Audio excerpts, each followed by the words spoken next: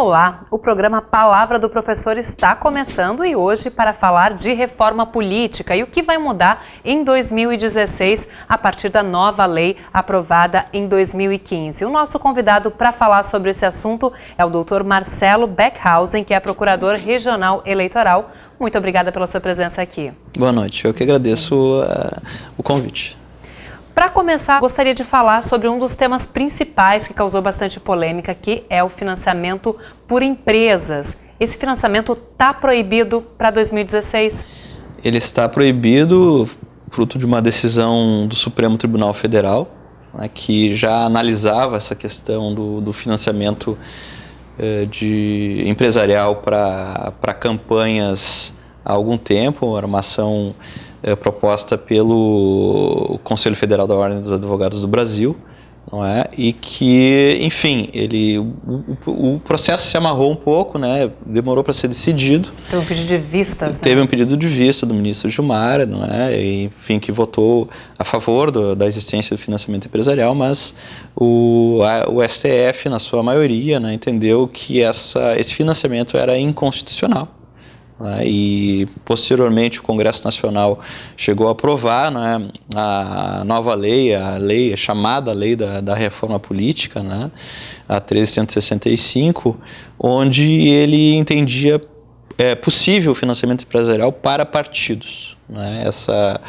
Essa parte da lei foi vetada pela presidente, né, e esse veto não foi derrubado pelo Congresso Nacional, ou seja, nas próximas eleições municipais, pelo menos, aí espero que nunca mais retorne no nosso país essa questão do posição pessoal, financiamento empresarial, né, nós não teremos esse tipo de financiamento nas eleições. Só para ficar bem claro, por que o senhor é contrário ao financiamento de empresas? Que tipo de problema ele poderia ou já trouxe? Olha, tecnicamente, né, eu entendo, eu vou na mesma linha do ministro Fux, né?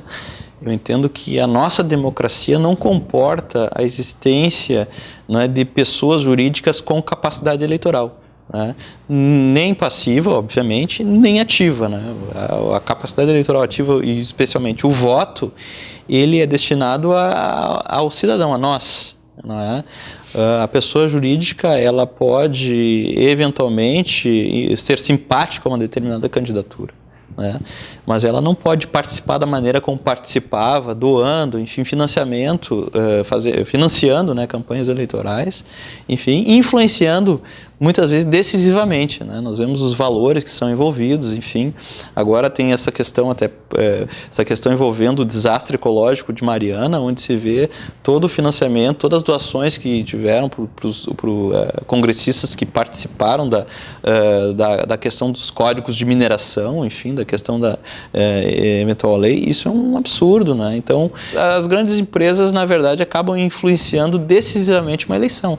Não é isso que se quer, né? O que se quer é que a maioria da população, né, enfim, possa decidir exclusivamente os destinos do nosso país. Até porque se a empresa influencia a eleição, pode influenciar também o que se faz depois dela, a legislação. Pode cobrar depois, né? Enfim, algum tipo de favor por parte do governo. Isso é que tem que ser evitado, né? De qualquer maneira. Mas no Congresso ainda tem uma PEC que pode trazer de volta essa discussão do financiamento empresarial. Essa emenda, né, que está em tramitação no Congresso, ela pode, por um outro viés, né, já que foi aprovada uma lei, uma norma infraconstitucional, não é?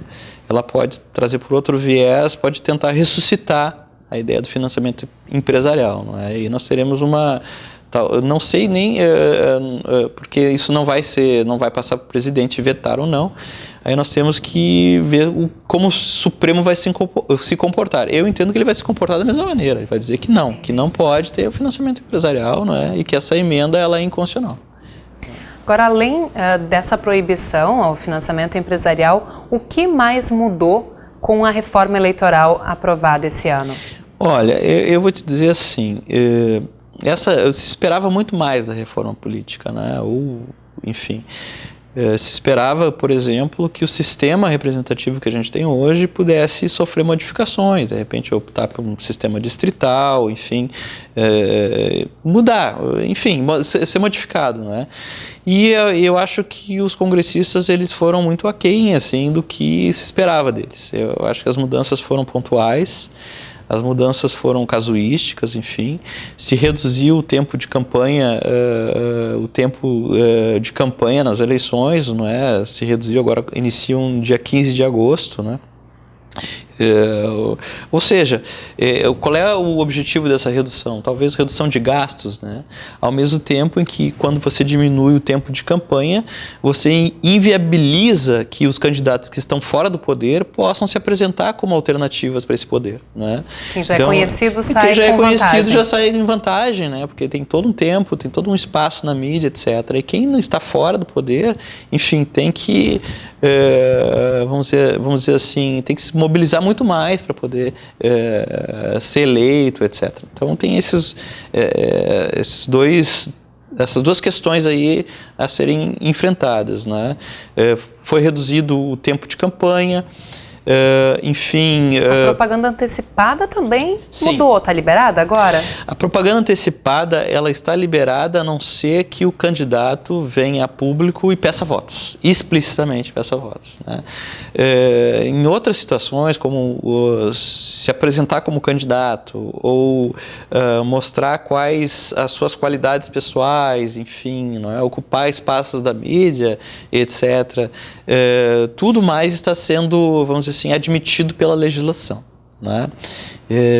Pessoalmente, eu entendo que isso é como se você tornasse as eleições no nosso país como eternas, né? Eternamente você vai ter uma discussão eleitoral, não é? E, enfim, aí a mesma questão surge, né? Os candidatos que têm mais espaço na mídia são candidatos que vão ser favorecidos, né? Por isso, né? Deputados, congressistas, vereadores já eleitos, né? Eles vão ter, vamos dizer assim, mais mais oportunidades para aparecer e lançar suas candidaturas, enfim, do que outros. Minorias e pessoas com menos espaço na mídia podem ter saído perdendo, então, com essas mudanças. Sim, né? E até pegando esse ponto, né? Por exemplo, o espaço para as mulheres, né? As mulheres ocupam hoje, salvo engano, 10% do Congresso Nacional. Isso é muito pouco. É uma vergonha num país como o nosso, que tem 50% da população de mulheres, né, que só essa representação esteja no Congresso Nacional ou esteja nos parlamentos, etc., né? Apesar de a gente ter uma presidente da República que é a mulher, no Congresso Nacional são discutidas questões que envolvem mulheres, por exemplo, nós não temos esse espaço, não é maior. Enfim, o que a lei, aí falando agora sobre a lei ela aumentou para 20%, não é, o espaço que os partidos devem ocupar para estimular a mulher a participar na política, né? Antes era de 10% e agora a propaganda partidária ela tem que destinar 20%. Isso é bom, isso é um dado positivo, né? Além disso, também os partidos podem pegar o fundo partidário, né, valores do fundo partidário e investir em candidatas, né, porque hoje existem valores do fundo partidário que são destinados exclusivamente para políticas afirmativas, políticas de estímulo da participação da mulher. Obrigatoriamente. Obrigatoriamente. Parte da verba destinada ao fundo partidário tem que ser utilizado nisso, né? E agora, com a nova lei, inclusive, as candidatas podem retirar do fundo partidário diretamente para suas campanhas. Isso acho que são novidades, assim, não é que, enfim, novidades positivas dessa nova legislação, falando sobre campanha eleitoral e falando sobre, vamos dizer assim, não exatamente uma minoria, não é? Mas uma minoria dentro do Congresso Nacional, que é a mulher hoje, né? Também tem uma discussão em andamento que diz respeito a doações ocultas para a campanha. Hoje isso é proibido, mas tem uma proposta que quer liberar? Na verdade, o que aconteceu foi o seguinte: nas últimas eleições, nas eleições gerais de 2014, o TSE editou uma resolução onde todas as doações precisavam ser identificadas, a origem precisava ser identificada. Isso é muito salutar do ponto de vista público, não é? E o que aconteceu? Alguns partidos não identificaram e os valores que foram doados, enfim, eles tiveram que ser transferidos para o Tesouro Nacional. Ou seja, todos aqueles valores, por exemplo, se o candidato utilizou 70 mil reais, mas não identificou a origem, esses 70 mil reais tinham que ser devolvidos para o Tesouro Nacional. Isso foi uma resolução do TSE que definiu, né? Bom, o que aconteceu? O Congresso Nacional aproveitou essa lei, chamada Lei da Reforma Política, e estabeleceu que eram possíveis essas doações ocultas para os partidos, né? Isso não foi vetado pela presidente, tá? Só que tem uma ação também, salvo engano, da OAB, que visa justamente declarar a inconstitucionalidade dessas doações ocultas. Porque hoje, só para entender, foi aprovado junto com a Lei da Reforma Política, então? Sim, foi aprovado junto com a Lei da Reforma Política essa questão das doações ocultas, né? E vale enfatizar, ocultas, né? E isso é inadmissível do ponto de vista republicano. E o Supremo Tribunal Federal agora, em caráter liminar, vamos dizer assim, ainda não decidiu o mérito, mas cautelarmente já decidiu que não é possível existir doações ocultas no nosso país. Todas as doações têm que ser identificadas. O sujeito quer contribuir para uma campanha, ele tem que se identificar, tem que dizer quem é, e o partido tem que identificar esse sujeito. Interessante notar, inclusive, que a origem de algumas doações ajudaram a identificar algumas operações escusas dentro da Operação Lava Jato. Sim. Sim. O que seria impossível se não tivesse essa lei. Eu te diria o seguinte, até é mais assim absurdo você verificar assim que pessoas jurídicas que doam para campanhas depois podem participar de licitações, podem participar de alguma forma do governo, né, se beneficiar com verbas públicas, etc. E isso é só mais uma amostra, né, de como esse financiamento empresarial, e isso licitamente, né, que é permitido pela lei, enfim, isso é mais uma amostra de como esse financiamento empresarial pode ser extremamente nocivo para a democracia de um país. Agora, para a gente encerrar, então, qual seria o modelo de financiamento ideal para que o nosso sistema político fosse um pouco mais justo, não beneficiasse quem já detém recursos financeiros maiores, enfim, ou também não favorecesse corrupção? Olha, eu acho que o que está em jogo hoje são dois modelos. Um modelo é o financiamento público exclusivo, que hoje já é praticado. Não exclusivo não é praticado, né, mas nós temos financiamento público através do fundo partidário. Então, o fundo partidário é verba pública, né? Então, existe esse modelo, financiamento público exclusivo, e existiria um outro hoje modelo, que seria o financiamento público combinado com o financiamento por doações de pessoas físicas, né, que seria um financiamento misto, né? Eu não sou nenhum especialista, né, nesse tema, mas a minha opinião pessoal é de que o financiamento misto, claro, ele faz com que essa verba pública torne mais isonômica a campanha eleitoral, né? Porque, enfim, essa verba pública é distribuída entre os partidos de uma forma mais equânime, assim, enfim, mais adequada, e ao mesmo tempo que envolve o cidadão comum, o Marcelo, o Adalvo, enfim, ele envolve na política, envolve o sujeito nas campanhas políticas, né?